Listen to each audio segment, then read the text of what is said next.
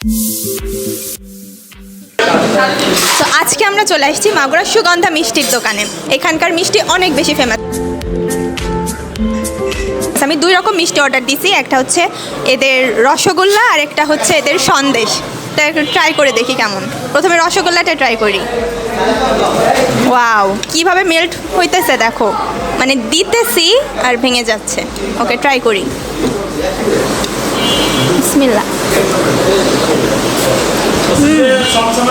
মানে একদম অনেক বেশি সফট, মানে মুখে দিলে একদম মেল্ট হয়ে যাচ্ছে এরকম অবস্থা। একটু সন্দেশটা ট্রাই করি। এটাও মনে হচ্ছে ভালোই সফট। এটাও অনেক মজা। যারা মিষ্টি কম খেতে পছন্দ করে এটা তাদের জন্য বেটার।